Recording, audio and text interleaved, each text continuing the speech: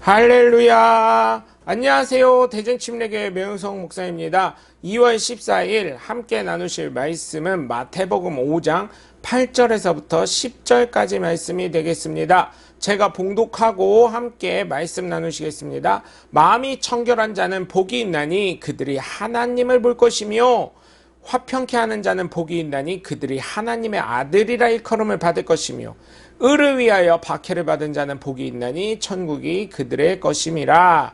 아멘. 천국에 합당한 사람은 어떤 사람이라고 생각을 하시나요? 또 어떤 분이 생각나시나요? 물론 지금은 예수님을 믿으니 예수 믿는 사람이 떠오를 것이고, 예수는 믿지 않는 사람이라면 어떤 사람이 반드시 생각이 나실 것입니다.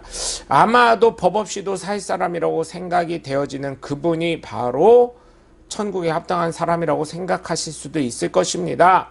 그러나 성경에서는 분명히 말씀을 하고 계시는데, 정말로 예수를 믿어야 믿음 있는 사람이야말로 천국에 합당한 사람이라고 말씀하고 있는 것입니다.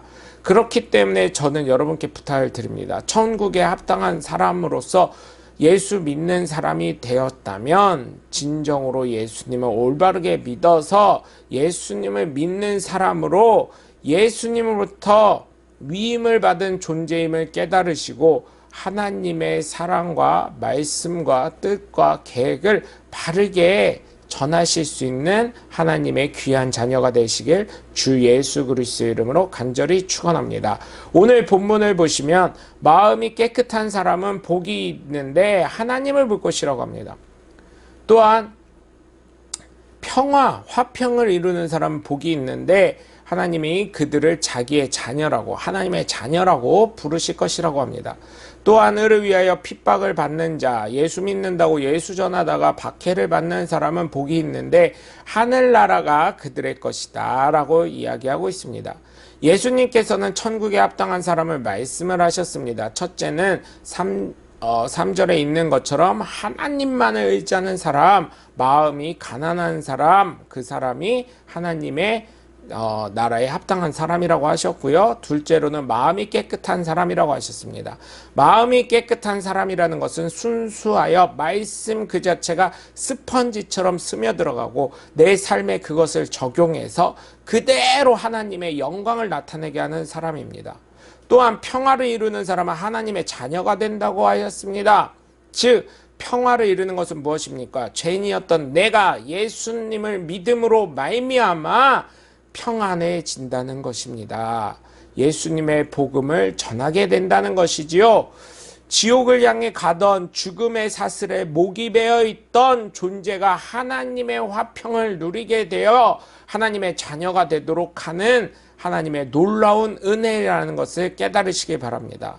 끝으로 악을 위해서 박해를 받은 사람도 정말 심령이 가난한 사람처럼 천국을 소유한 사람이라고 하셨는데, 그들은 죽음을 두려워하지 않으면서도 자신의 말씀, 예수 그리스도의 사랑과 하나님의 복음을 전하는 놀라운 은혜의 사람이라는 것입니다. 포기하지 않고 예수님과 하나님의 뜻과 계획을 삶으로 실천하는 사람이기 때문에 정말 그들은 하나님이 허락한 천국에 합당한 사람이 된다는 것입니다. 그렇기 때문에 나는 어렵겠지만, 힘들겠지만, 그럼에도 불구하고 예수님도 힘드셨던 것처럼 그것을 이겨내시고 하나님의 뜻을 이루신 것처럼 저와 여러분은 정말 예수 믿는 사람으로서 하나님의 뜻을 최선을 다해 이뤄가시면서 오늘도 하나님의 자녀로, 하나님의 합당한 사람으로 하나님을 배없는 하나님의 복된 자녀들 되시길 주 예수 그리스도의 이름으로 간절히 축원합니다. 나의 생각입니다. 1번, 나 자신을 생각해 볼 때 내 마음은 어떤 상태라고 생각이 되시나요? 2번, 나는 하나님과의 관계가 어느 정도로 화평하게 되었다고 생각하시나요? 3번, 나는 어떤 의를 위하여 살아가며 그 의를 위해 어떤 박해를 받았나요? 여러분, 오늘도 함께 해주셔서 감사하고요. 여러분의 삶 가운데 하나님을 배웠고 하나님의 아들이라 일컬음, 자녀라 일컬음 받으시며 하나님의 나라를 소유하시는 하나님의 복된 자녀들 되시길 주 예수 그리스도의 이름으로 간절히 축원합니다. 저는 대전침례교회 명석 목사였습니다. 감사합니다. 샬롬.